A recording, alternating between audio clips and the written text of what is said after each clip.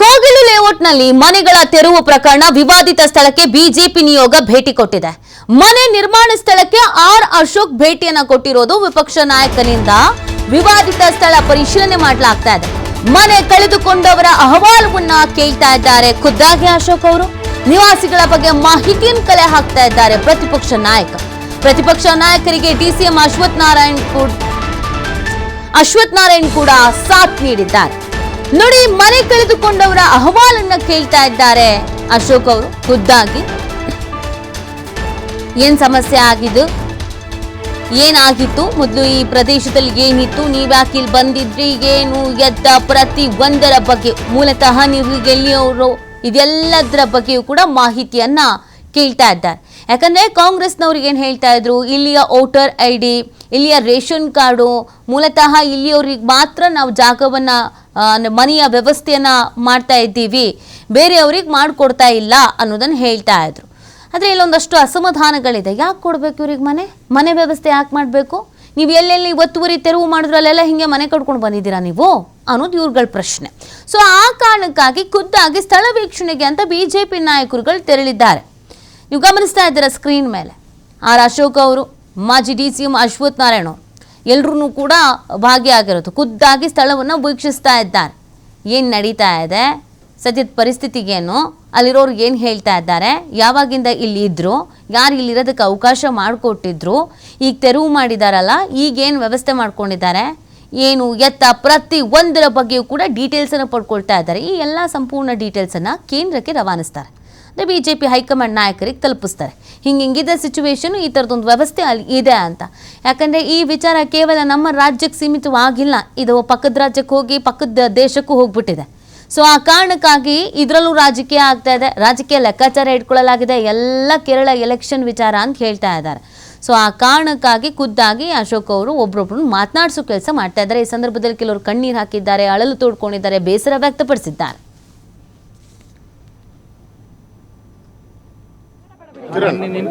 ಯಾರಿಗಾನ ಬೇರೆ ಕೊಡ್ರಿ, ನೀನು ಅವ್ರ ಕೈ ಕೊಟ್ಬಿಡಮ್ಮ, ನಿಂದು ಎಲ್ಲ ಕಿರಣ್ ಹಿಡ್ಕೊ ತಂದ್ಬಿಡಮ್ಮ. ನಿನ್ನ ಕಷ್ಟನ ಅರ್ಥ ಮಾಡ್ಕೊಂಡು ಕಿರಣ್ ಮುಂದೆ ಬರ್ತೀನಿ.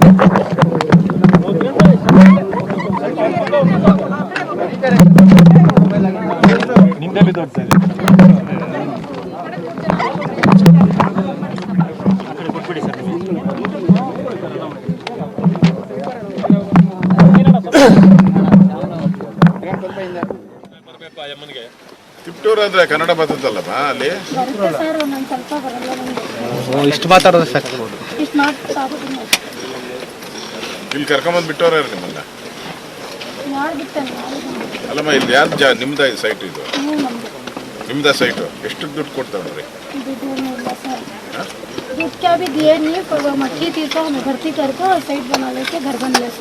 ಸೈಟ್ ನೀವೇ ಮಾಡ್ಕೊಂಡ್ರ? ಸೈಟ್ ಹೆಂಗ್ ಮಾಡ್ಕೊಂಡ್ರಿ ನೀವೇ? सर मट्टी पूरा गंदा था, तो पूरा ये कर को मट्टी भर को पूरा ये कर ले को साफ कर ले को उसके करीब से घर बन गया. ಇಲ್ಲಿಗೆ ಬರಬೇಕು ಅಂತ ನಿಮ್ಗೆ ಹೇಳ್ತಾರೆ, ಜಾಗ ಐತೆ ಅಂತ. ಕೌನ್ ಬೋಲ ಜಾಗ ಇಲ್ಲಿದೆ ಅಂತ. ಏನಪ್ಪ ನಿಮ್ಮಲ್ಲಿ ಇವ್ರನ್ನ ಮೊದಲು 15 ವರ್ಷ ಇದ್ದೀರಿ ಅಂತ ಹೇಳಲ್ಲಪ್ಪ. ಯಾರಾದ್ರೂ ಒಬ್ರು ಮನೆಯಿಂದ ಆಚೆಗೆ ಹೋಗಿರ ಹೇಳಿದ್ರೆ ಅವ್ರ ಮೇಲೆ ಕೇಸ್ ಹಾಕ್ತಾರೆ. ಇದೆಲ್ಲ ಕಂಡು ಆಗಿಂದ ಹಾಳು ಮಾಡ್ತಾ ಇದೆಯಲ್ಲ ಬೈಲಿ.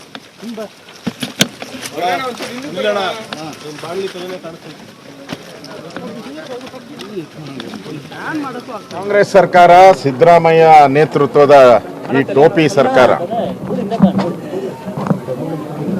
ಇಷ್ಟು ದಿನ ಕರ್ನಾಟಕದ ಕನ್ನಡಿಗರಿಗೆ ಟೋಪಿ ಹಾಕಿ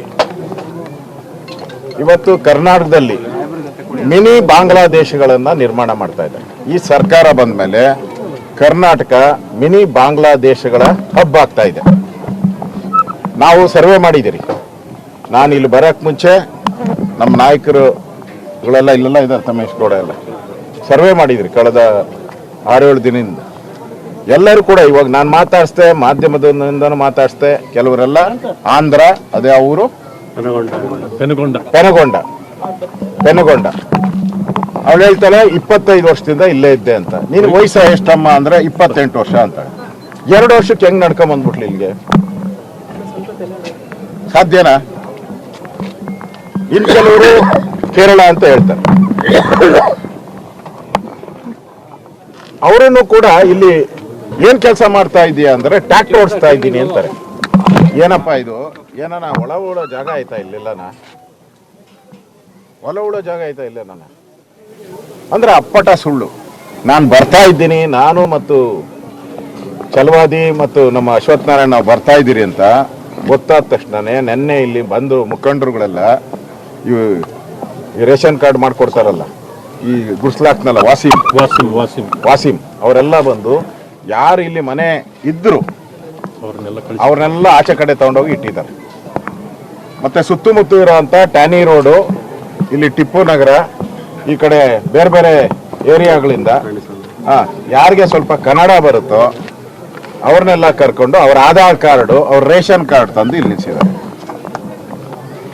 ಆಮೇಲೆ ಅವ್ರು ಯಾರೋ ಸರ್ಫರಾಜ್ ಖಾನ್ ಅಂತೆ, ಮೊನ್ನೆ ಲೋಕಾಯುಕ್ತ ರೈಡ್ ಆಯ್ತಲ್ಲ ದುಡ್ಡು ಹೊಡೆದು, ಅವು ಬಂದು ಹೇಳಿದಾರಂತೆ ಅಧಿಕಾರಿಗಳಿಗೆಲ್ಲ, ರೆವಿನ್ಯೂ ಇನ್ಸ್ಪೆಕ್ಟರ್ಗಳಿಗೆ ಅವ್ರಿಗೆಲ್ಲ ಆವಾಜ್ ಬಿಟ್ಟು ಹೋಗಿದಾರಂತೆ. ಇದ್ದವ್ರು ಹೇಳಿದ್ದು ಯಾವ್ರೇ ಎಲ್ಲ ಸ್ಥಳೀಯರೇ ಅಂತ ಬರ್ಕೊಬೇಕು, ಯಾರನ್ನೂ ಕ್ವಶನ್ ಮಾಡಬಾರ್ದು, ಅವರೆಲ್ಲ ನಮ್ಮವರು ಅಂತ ಹೇಳ್ಬಿಟ್ಟು ಹೋಗಿದ್ದಾರೆ. 160 ಜನ ಇದ್ದಿದ್ದು.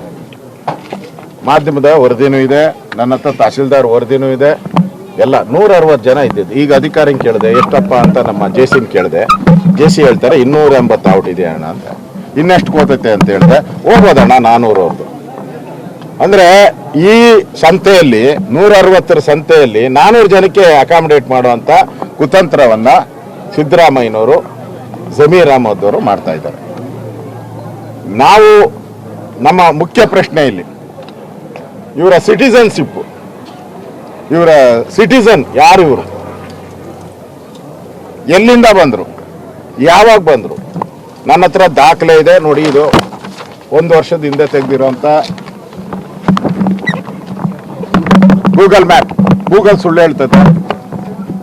ಇಡೀ ಇಂಡಿಯಾಗೆ, ಇಡೀ ಪ್ರಪಂಚಕ್ಕೆ ಇರೋದು ಒಂದೇ ಗೂಗಲ್. ಇದು ಸುಳ್ಳು ಹೇಳ್ತೈತ? ಇದರಲ್ಲಿ ನೋಡಿ ಎಲ್ಲ ಗ್ರೀನ್ ಗ್ರೀನ್ ಗ್ರೀನ್ ಇದೆ. ಇವಾಗ ಈ ಲೇಟೆಸ್ಟ್ ತೆಗ್ದಿದ್ದೀರಿ ಎಲ್ಲ ರೆಡ್ ರೆಡ್ ರೆಡ್ ಆಗ್ಬಿಟ್ಟಿದೆ. ಅಂದ್ರೆ ಇವರೆಲ್ಲ ಬಂದು 6 ತಿಂಗಳು ಆಗಿಲ್ಲ, 1 ವರ್ಷದೊಳಗಡೆ ಅಷ್ಟೇ ಇವರೆಲ್ಲ. ಇವ್ರಿಗೆಲ್ಲ ಎಲೆಕ್ಟ್ರಿಕ್, ಈಗ ಈ ನಮ್ಮ ಡಿ ಕೆ ಶಿವಕುಮಾರ್ ಅವರು ಅನಾಥರೈಸ್ ಮನೆಗೆ ಕೊಡಲ್ಲ, ಅವ್ರನ್ನೆಲ್ಲ ಬಗ್ ಬಡ್ಬಿಡ್ತೀನಿ ಅಂದ್ರು. ಬಗ್ ಬಡ್ತೀನಿ ಅಂತ ಹೇಳಿದ್ರು. ಅನಾಥರೈಸ್ ಮನೆಗಳು ಯಾರ್ಯಾರು ಫ್ಲಾಟ್ಗಳು ಕಟ್ಟಿದ್ದಾರೆ ಅವ್ರಿಗೆ ಮನೆ ಕೊಡ್ತಾ ಇಲ್ಲ. ಸುಮಾರು 4 ಲಕ್ಷ ಜನ ಕರ್ನಾಟಕದಲ್ಲಿ ಮನೆಗೆ ಎಲೆಕ್ಟ್ರಿಕ್ ಕನೆಕ್ಷನ್ ಇಲ್ಲದೆ ಬದುಕ್ತಾ ಇದ್ದಾರೆ. ಟೆಂಪರವರಿ ಕನೆಕ್ಷನ್ನೇ ಇಲ್ಲ, ಬ್ಯಾಟ್ರಿ ಕ್ಯಾಂಡಲ್ ಉರ್ಸ್ಕೊಂಡು ಮಾಡ್ತಾ ಇದ್ದಾರೆ. ಯಾರು? ಈ ರಾಜ್ಯದ ಸಿಟಿಸನ್ಸ್, ಟ್ಯಾಕ್ಸ್ ಪೇಯರ್ಸ್.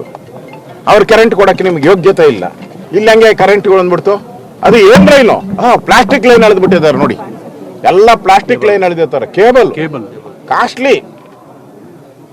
ಅಂದ್ರೆ ಯಾರು ನೆಂಟ್ರು ಇವರೆಲ್ಲ? ಸಿದ್ದರಾಮಯ್ಯ ನೆಂಟ್ರ ಇವರೆಲ್ಲ? ಬಾಂಗ್ಲಾದೇಶದಿಂದ ಬಂದವ್ರಿಗೆ ಆಂಧ್ರದಲ್ಲಿ ಬರ್ತಾರೆ, ಅಲ್ಲಿ ಲ್ಯಾಂಡ್ ಆದ ತಕ್ಷಣ ಅವ್ರಿಗೆ ಇಲ್ಲೆಲ್ಲ ಫೆಸಿಲಿಟಿ ಮಾಡಿಕೊಟ್ಟು ಇದನ್ನ ಮಿನಿ ಬಾಂಗ್ಲಾದೇಶ ಮಾಡೋ ಮುಖಾಂತರ ಈಗಾಗಲೇ ಡ್ರಗ್ ಹಾವಳಿಯಿಂದ ಕರ್ನಾಟಕ, ಬೆಂಗಳೂರು ಸಾಯ್ತಾ ಇದ್ದೀರಿ. ನಾವೆಲ್ಲ ತಡೆಗಟ್ಟಕ್ಕೆ ಆಗ್ತಾ ಇಲ್ಲ. ಪೊಲೀಸರು ಡ್ರಗ್ ಮಾರೋ ಸ್ಥಿತಿಗೆ ಬಂದ್ಬಿಟ್ಟಿದೆ. ಸುಮಾರು 130 ಜನ ಪೊಲೀಸರು ಡ್ರಗ್ ಕೇಸಲ್ಲಿ ಸಿಕ್ಕಾಕೊಂಡಿದ್ದಾರೆ. 130 ಜನ. ಮಂಗಳೂರು ಒಂದರಲ್ಲೇ, ಒಂದೇ ಒಂದು ಡಿಸ್ಟಿಕ್ ಅಲ್ಲಿ 130 ಜನ ಜೈಲಲ್ಲಿದ್ದಾರೆ ಪೊಲೀಸರು.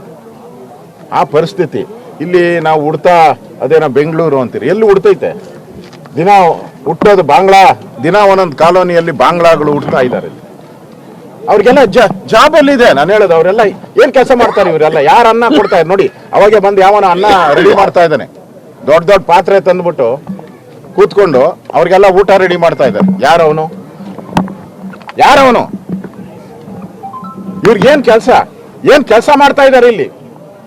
ಯಾರು ಜಾಬ್ ಕೊಟ್ಟಿದ್ದಾರೆ ಇವ್ರಿಗೆ? ಏನೂ ಇಲ್ಲ, ಗೊತ್ತಿಲ್ಲ. ನಮ್ಮ ಅಧಿಕಾರಿನ ಕೇಳಿದೆ, ಆ ಲಿಸ್ಟಲ್ಲಿ ಬರ್ದಿದ್ದಾರೆ. ಎಲ್ಲಪ್ಪ ಕೂಡ ಇದ್ರಲ್ಲಿ ನೋಡಪ್ಪ, ಅವ್ರು ಎಷ್ಟು ಕಳ್ರಿದ್ದಾರೆ ನಮ್ಮ ಕಾಂಗ್ರೆಸ್ ಅವರು ಅಂತ ಹೇಳಿದ್ರೆ, ಬರ್ತ್ ಸರ್ಟಿಫಿಕೇಟೇ ಇಲ್ಲ. ನಿಮ್ ಬರ್ತ್ ಸರ್ಟಿಫಿಕೇಟ್ ಇಲ್ಲ ಅಂದ್ರೆ ಐಡೆಂಟಿಫೈ ಹೆಂಗ್ ಮಾಡ್ತೀರ ರೀ ನೀವು? ಇದು ನೋ ಬರ್ತ್ ಸರ್ಟಿಫಿಕೇಟ್ ಇಲ್ಲ, ಎಲ್ಲಿ ಹುಟ್ಟಿದ್ರು ಅಂತ. ಆಧಾರ್ ಕಾರ್ಡ್ ಎಲ್ಲಿಂದು, ರೇಷನ್ ಕಾರ್ಡ್ ಇಲ್ಲಿಂದ ಅಲ್ಲೇ ಅಲ್ಲ. ಸುಮಾರು 600 ಕೋಟಿ ಬೆಲೆ ಬಾಳುವಂತ ಜಮೀನಿದು. ಇದನ್ನ ಸಿದ್ದರಾಮಯ್ಯನವರು ಯಾವ ಕಾನೂನು ಅಡಿಯಲ್ಲಿ ಈ ಬಾಂಗ್ಲಾದೇಶದವ್ರಿಗೆ ಕೊಡ್ತಾರೆ? ಇದು ಕೊಡಲ್ಲ ಎಲ್ಲ 13,000.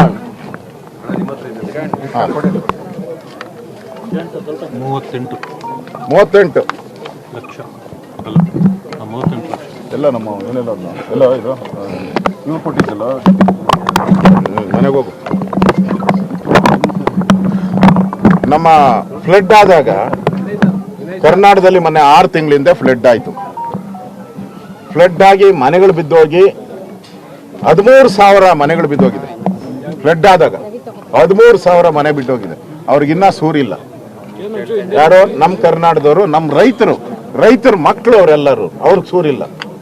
2,400 ಶಾಲೆಗಳ ಶೀಟ್ಗಳೇ ಎದ್ದೋಗ್ಬಿಟ್ಟಿದೆ. 2,400 ಶಾಲೆಗಳ ಶೀಟೇ ಇಲ್ಲ. ಮರದ ಕೆಳಗಡೆ ಪಾಠ ಮಾಡ್ತಾವ್ರೆ. ಇವ್ರ ಯೋಗ್ಯತೆಗೆ ಅದನ್ನು ಕಟ್ಕೊಡಕ್ಕಾಗಲ್ಲ. ಇಲ್ಲಿ ಇವ್ರಿಗೆ ಪಟಾಪಟ್ ಅಂತ ಹೇಳಿ 2 ದಿನದಲ್ಲಿ ಅದು ಮಲ್ಟಿ ಸ್ಟೋರ್ ಬಿಲ್ಡಿಂಗು ಏನ್ ತೋರಿಸ್ತರು, ಬಾಂಬೆ ತರ ಇದೆ. ಹೊಸ ವರ್ಷಕ್ಕೆ ಈ ಬಾಂಗ್ಲಾದೇಶದವ್ರಿಗೆಲ್ಲರಿಗೂ ಹೊಸ ವರ್ಷಕ್ಕೆ ಗಿಫ್ಟು. ನಮಗೆಲ್ಲ ಕರ್ನಾಟಕದ ಕನ್ನಡಿಗರಿಗೆ ಏನ್ ಕೊಡ್ತೀರಾ ನೀವು? ಚಿಪ್ ಕೊಡ್ತಾ ಇದ್ದೀರಾ. ಕನ್ನಡಿಗರಿಗೆಲ್ಲ ಚಿಪ್ಪು, ಬಾಂಗ್ಲಾದೇಶದವ್ರಿಗೆಲ್ಲ ಕಪ್ಪು. ಇದು ಇವತ್ತು ನಮಗೆ ನೋವಾಗ್ತಾ ಇರೋ